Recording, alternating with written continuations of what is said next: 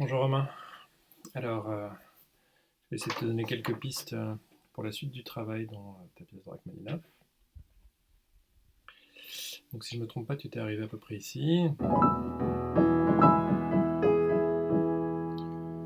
Donc là, on est dans le passage un peu brillant, avec de grands accords partout, qui rappellent un peu le...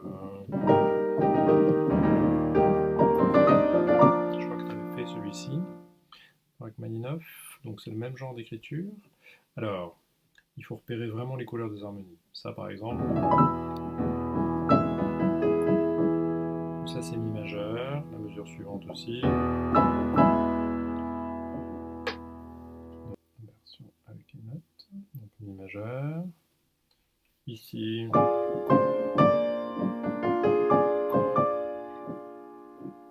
on a Si bémol dominante. Et on revient sur majeur. Ensuite, on a une technique très typique de Rachmaninoff, c'est qu'on va avoir des glissements.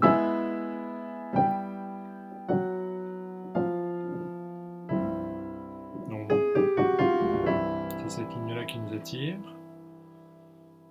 Et en même temps que les glissements, on va avoir des notes fixes. Donc là, on a la basse qui fait ça. On a le soprano au contraire qui reste en place. Et puis on va avoir des mouvements contraires. Donc le mouvement qui descend, c'est ça. Le mouvement fixe, donc c'est les Mi, qui deviendra ensuite la tierce de l'accord. Et le mouvement contraire, c'est le Si.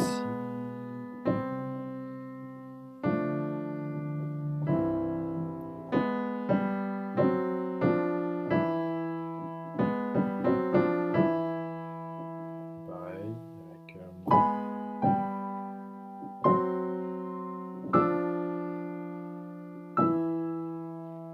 ici on rajoute des Mi qui ne bougent pas.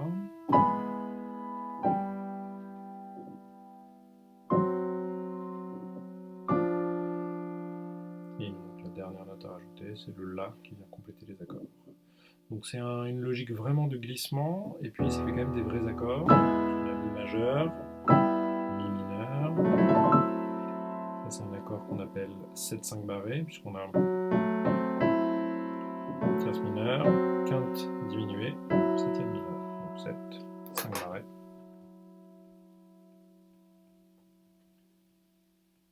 Mineur. Et puis ici on a une sorte d'accord de Ré mineur, renversé avec la note pédale. Et finalement on arrive sur Do majeur.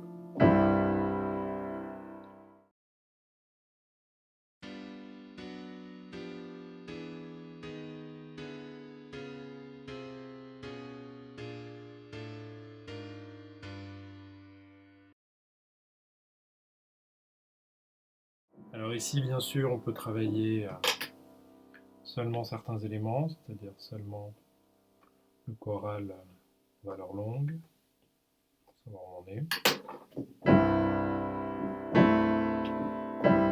Avec cette broderie. On peut travailler seulement les positions là-haut. Et puis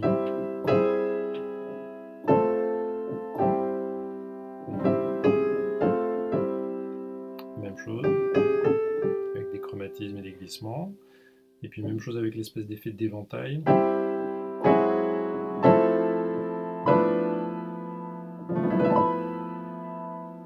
On trouve les mêmes accords, presque exactement la même logique de ce.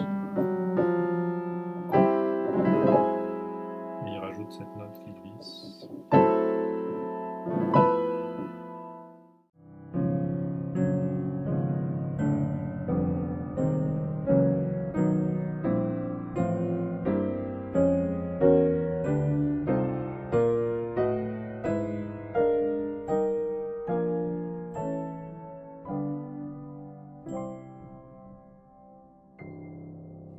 My name is Jacob Collier, I'm in London, and I've been asked to launch the first hashtag Yamaha challenge. And this challenge is called the Contrary Motion 12-Key Modulation Challenge. And here's how it works. You come up with a series of chords, using as few chords as possible, that modulates through all 12 keys, where the bass line and the melody line are moving in an opposite direction throughout. There is an arguably infinite myriad of ways in which this problem can be solved. Make sure to tag hashtag Yamaha challenge when you post your solutions. Okay, have a good time. Bye.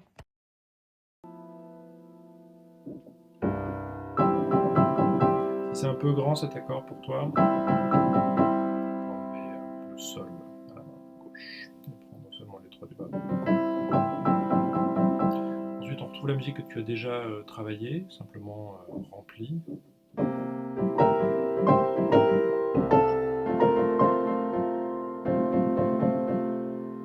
Donc pareil, ici, on est sur pédale mais de basse, sur le Do, et on va trouver des accords de Do majeur, de Do, chiffre 7+, et puis de Fa majeur.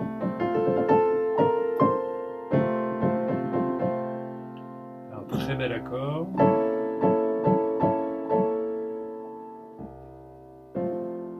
Qui mérite qu'on s'y attarde une seconde peut-être, parce qu'il est écrit de manière un peu étrange. Donc en fait, ça sonne... Ça pourrait être une cadence, si on n'avait pas la basse qui reste. Cadence en Fa majeur. On aurait une dominante. Donc la dominante, ça devrait être ça, en Fa majeur. Et ici, effectivement...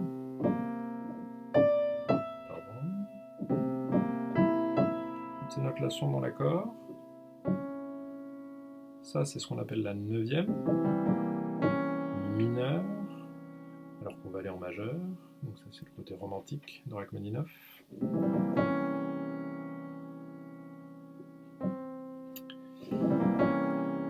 Et puis, il rajoute aussi cette note-là, qui n'est pas dans l'accord, et qu'on pourrait analyser comme étant la dernière tierce qu'on peut ajouter. Parce qu'on a la tierce, la quinte, la 7e, la 9e,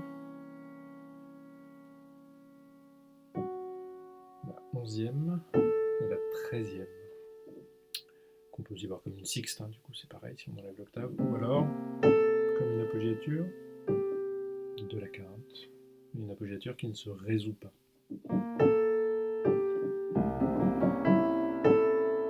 Donc ça fait un accord très expressif, très romantique, et qui sonne aussi un peu hors contexte, comme un accord de La majeur. Donc on peut tout à fait l'entendre comme du La majeur sur un Do C+.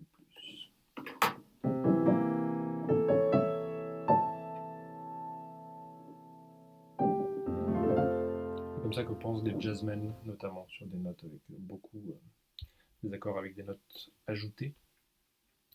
Ça va plus vite de penser La majeur sur Do que de penser la 13e, la 11e, etc. On continue.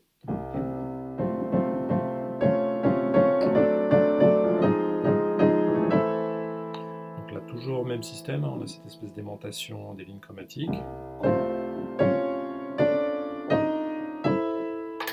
là, on avance vraiment pas à pas.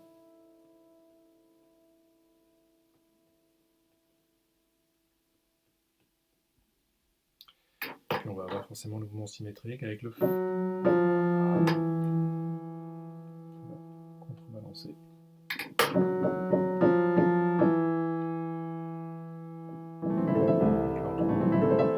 Sur pédale, toujours beaucoup de couleurs différentes.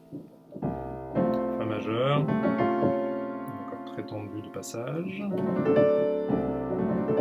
Ça sonne comme un accord de dominante.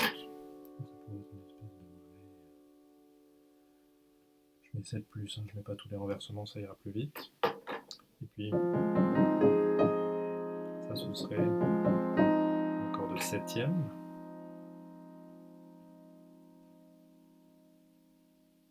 Mineur.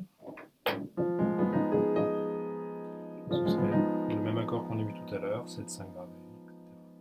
Donc c'est des logiques chromatiques, mais qui font quand même sonner des vrais accords. C'est ça l'intérêt. Et puis finalement, la mineure. On pourrait aussi le voir un peu différemment en se disant, sur cette note-là, qu'est-ce que je peux faire comme accord?